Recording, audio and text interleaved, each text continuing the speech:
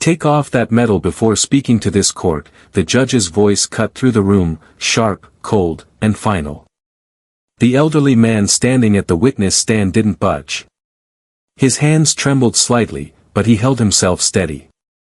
He wore a faded blue blazer, and on his chest, right above his heart, gleamed a silver star.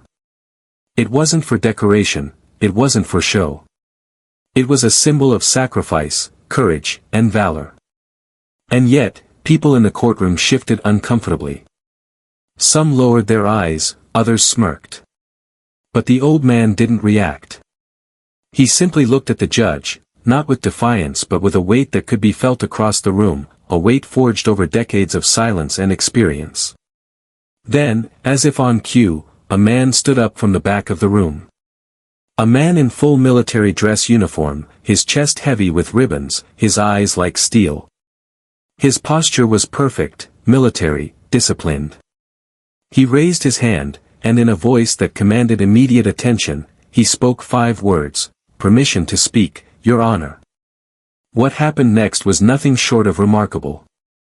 It wasn't just a moment in a courtroom, it was a moment that would forever change the way we view honor, respect, and the strength of those who serve.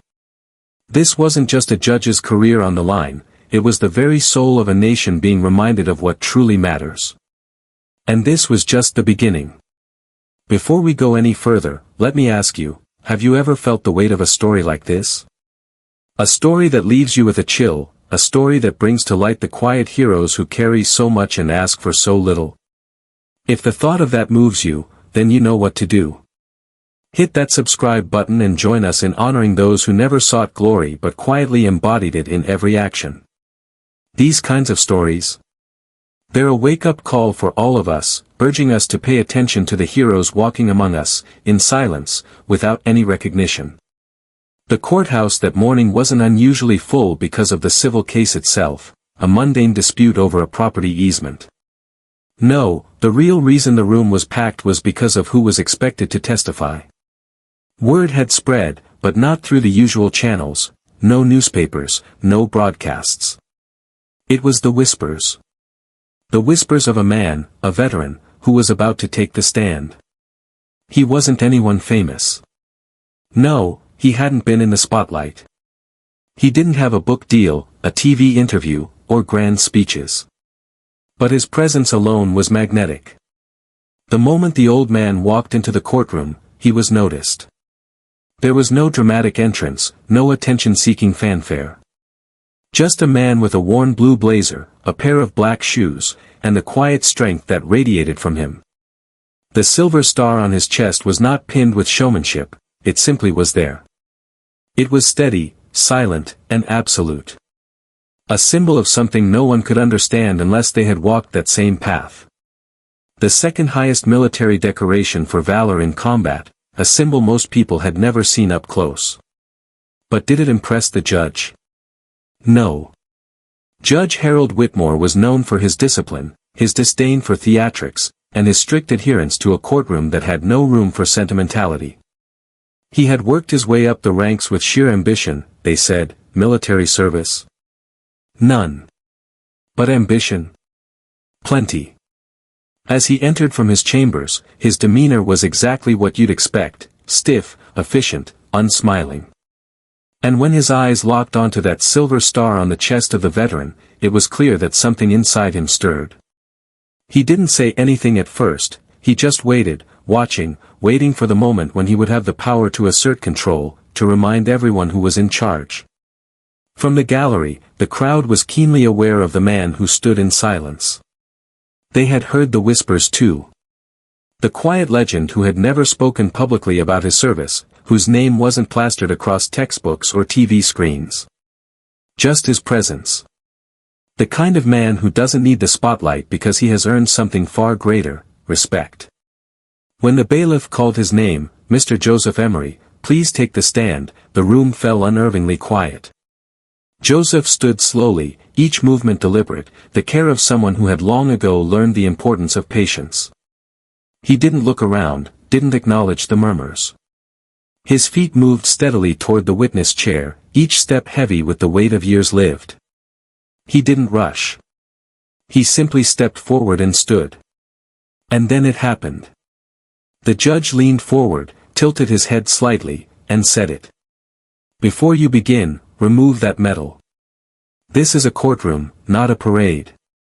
The words cut through the room like a knife.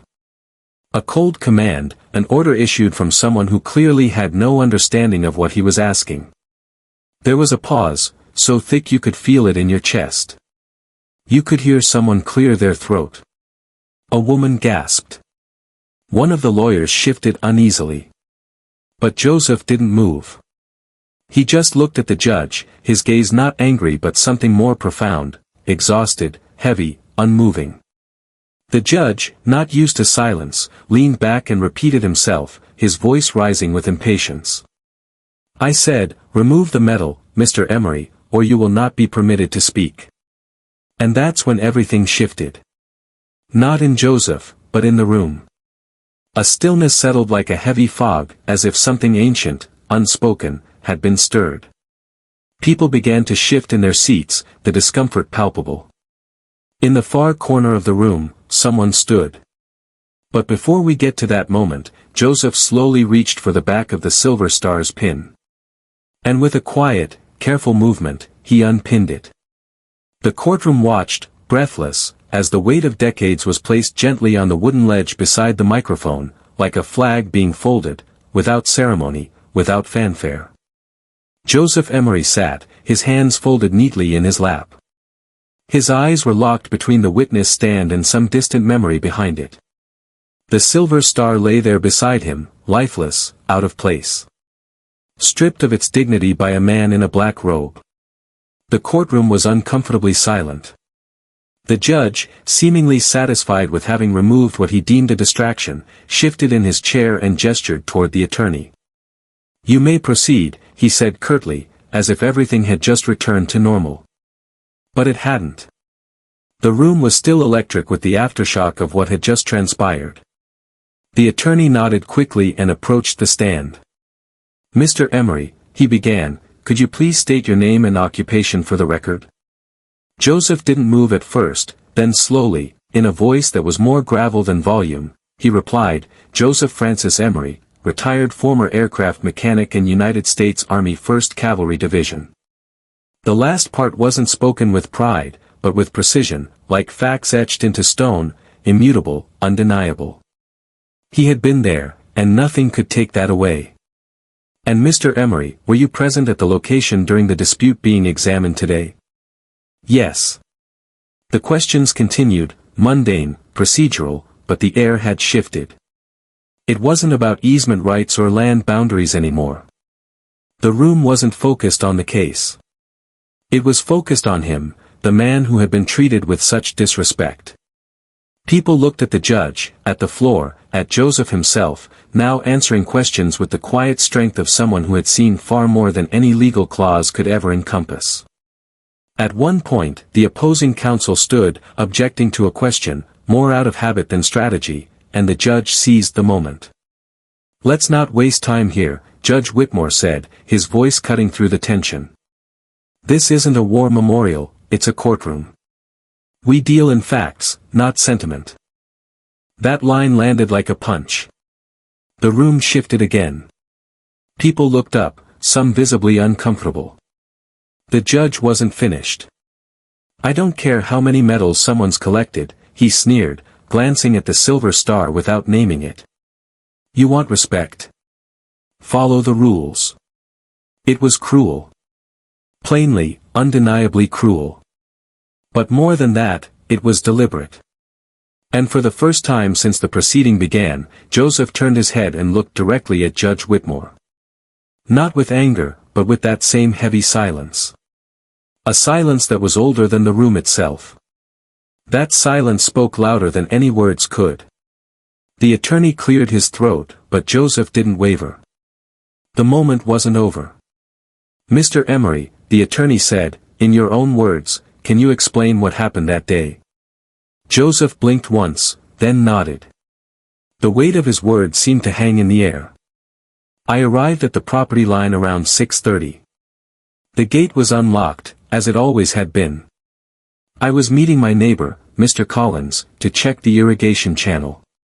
He'd called me 2 days prior to say the runoff had flooded near the fence. And what did you see when you arrived? The attorney asked, his voice steady. Joseph's voice didn't falter. 2 men in suits. Not Collins. They were measuring the boundary line with a laser device. I asked them what they were doing. One of them told me I didn't have permission to be there anymore.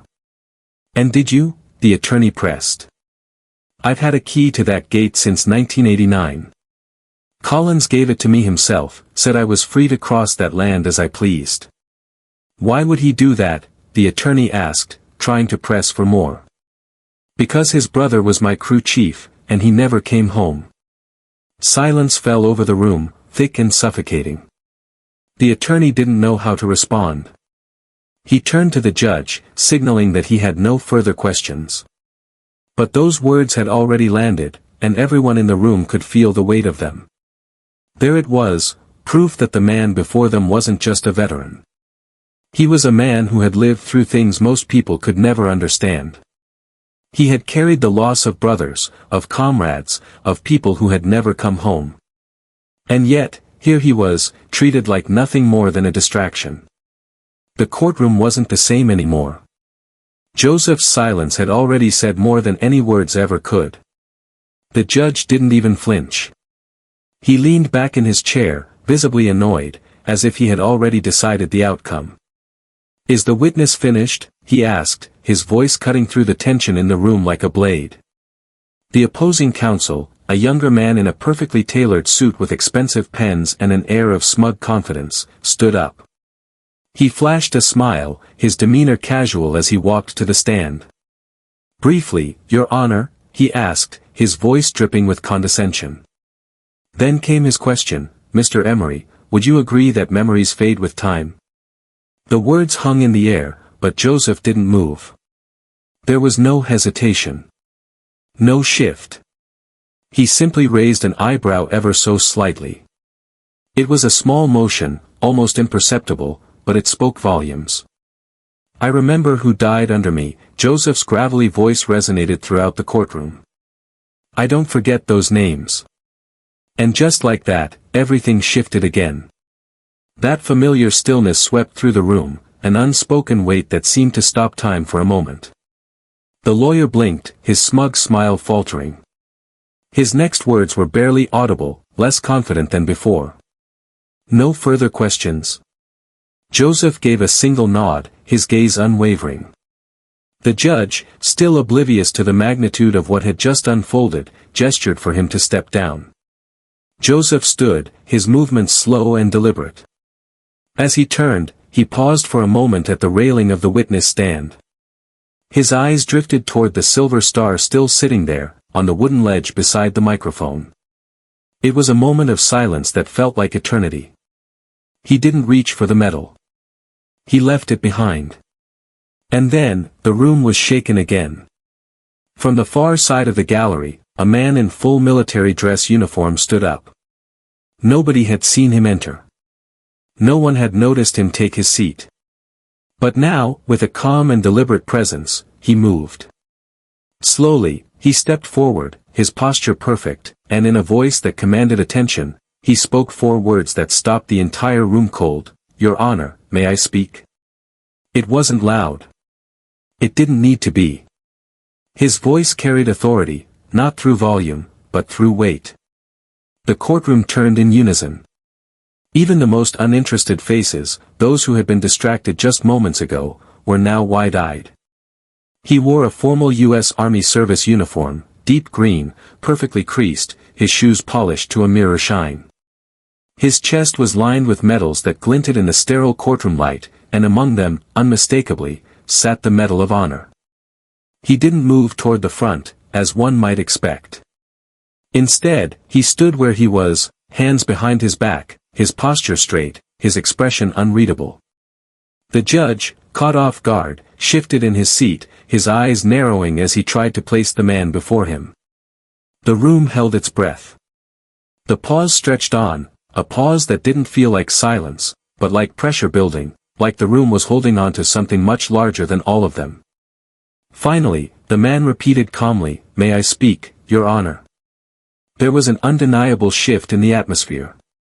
Whitmore, visibly uncomfortable but still trying to maintain control, adjusted his glasses and scoffed, "This is a court of law. Unless you've been subpoenaed or are legal counsel." "I am neither," the man replied simply.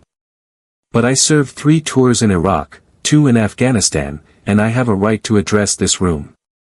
When a decorated veteran is humiliated on the stand. It wasn't a question. It was a statement. And just like that, the dynamic of the courtroom shifted. The judge hesitated. He could feel the power of the room moving away from him. The crowd wasn't looking at Joseph anymore. They weren't even looking at the attorneys. Every set of eyes, every breath, was focused entirely on the man in uniform.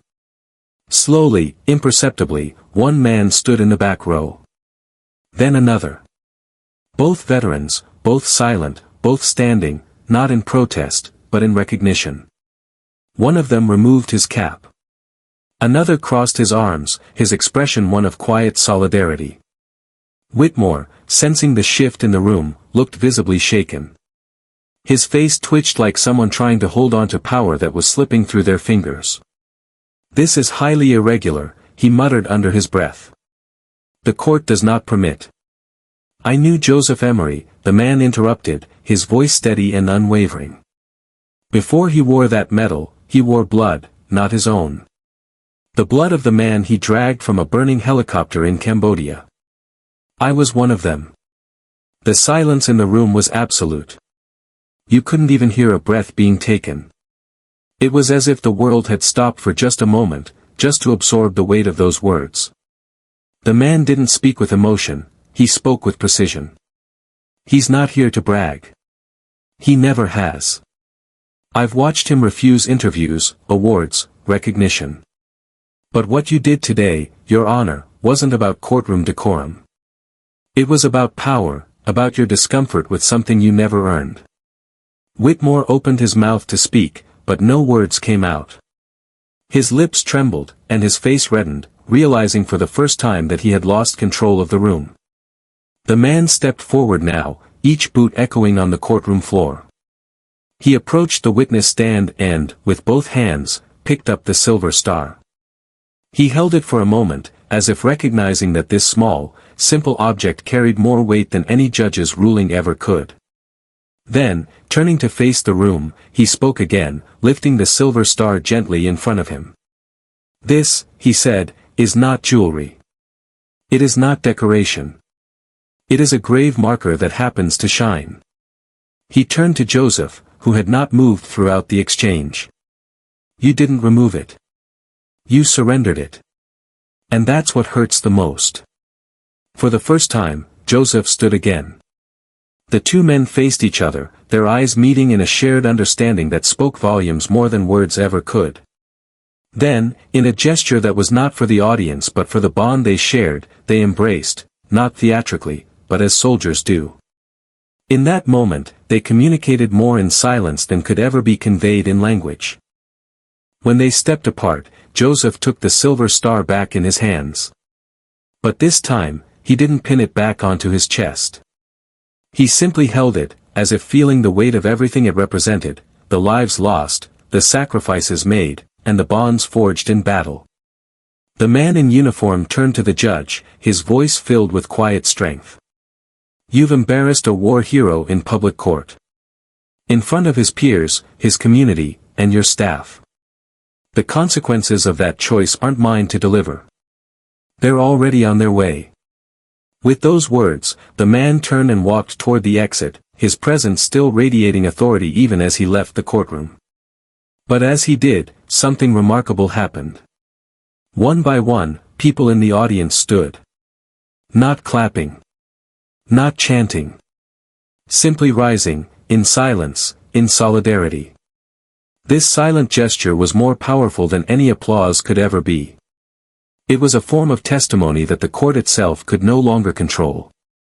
Judge Harold Whitmore, for the first time in 20 years on the bench, looked very, very small. The courtroom was dismissed early that day. Officially, it was for procedural review, but everyone knew the real reason. Judge Whitmore could no longer speak with the authority he once held. As the crowd slowly exited, Joseph remained seated, still holding the silver star in his hand. He didn't look triumphant. He didn't look angry. He looked tired.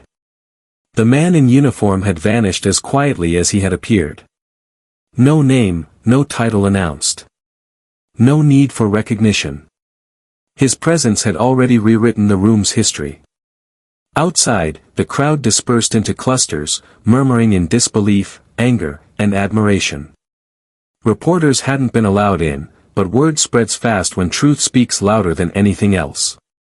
By nightfall, the story had already reached national veterans networks, and by the morning, it was everywhere, viral. Clips recorded on phones showed the moment the decorated officer stood, the silence that followed, and the power of his words. None of it needed editing. Reality had delivered its own script. By the end of the week, a formal complaint was filed against Judge Whitmore by the State Judicial Conduct Board. Veterans organizations across the country stood together, joining in a signed statement from over 200 active duty and retired officers, demanding accountability. Sponsors pulled out of his re-election campaign. Public figures, including a sitting senator, condemned his behavior as a disgrace. He gave no interview, no apology. He simply disappeared from the bench. The following Monday, his name was removed from the court schedule. A press release from the courthouse stated that he had chosen early retirement for personal reasons. But everyone knew the truth. What was supposed to be a routine civil hearing had revealed something much deeper, a rift between power and principle. And the court had chosen wrong. Joseph Emery never returned to that courtroom. He didn't need to. His silence had already spoken louder than anything he could have testified. A month later, a photo began circulating online. It was grainy, taken from a distance, no location tagged. It showed Joseph standing alone before a memorial wall, wearing the same blue blazer. The silver star was pinned to his chest again, not with defiance, but with peace. Behind him stood the younger man from the courtroom, watching quietly, as though guarding something sacred. The courthouse never acknowledged what had happened. No plaque, no statement. Just silence. The same kind of silence that had filled the room that day when justice tried to silence honor, and honor stood taller. Joseph Emery never spoke to the press. When a local reporter asked if he wanted to share his side of the story, he simply said, "There's nothing to explain." He returned to his quiet life, same house, same pickup truck, same old chair by the window. He still walked with a slight limp. He still kept a folded flag in a wooden case above his fireplace. And the silver star? He didn't wear it anymore. But he never put it away either. It rested on a small wooden stand under glass, not for glory, but to remember those who never came home. Across the country, something had shifted. The story of what happened that day began circulating in military forums, legal ethics conferences, and even classrooms. It became a moment where the law tried to diminish the past, and the past responded quietly, with more dignity than any gavel ever held. As for Judge Whitmore, he faded into obscurity. His legacy was reduced to a single clip replayed millions of times online. A man in robes ordering silence, and then being silenced by something far older, far greater than himself. Sometimes, justice doesn't need a ruling. Sometimes, it walks in wearing a uniform, says 5 quiet words, and changes everything. The story of Joseph Emery and the man who stood in his defense is a stark reminder of the values we often overlook: respect, honor, and the unspoken sacrifices made by those who serve. In today's world, where power often overshadows principle, this tale resonates deeply. We live in a time when public recognition is often mistaken for true worth, and where the loudest voices are given the most attention. But Joseph's quiet strength, his refusal to fight for recognition while still carrying the weight of loss and sacrifice, challenges us to reconsider what truly matters. We need to stop elevating superficial achievements and start honoring those who silently carry the weight of their experiences, who show up every day with humility and integrity. We should all strive to be like the man in uniform who stepped forward when it mattered most, not to seek glory, but to right a wrong. His actions remind us that sometimes, silence speaks louder than words. We must find the courage to stand for what is right, regardless of the consequences, and in doing so, we honor the true heroes around us. Thanks for joining us on this intense ride. If it resonated, hit subscribe, ring the bell, don't miss out. Here's to the silent sacrifices, together, we're unstoppable. See you next time.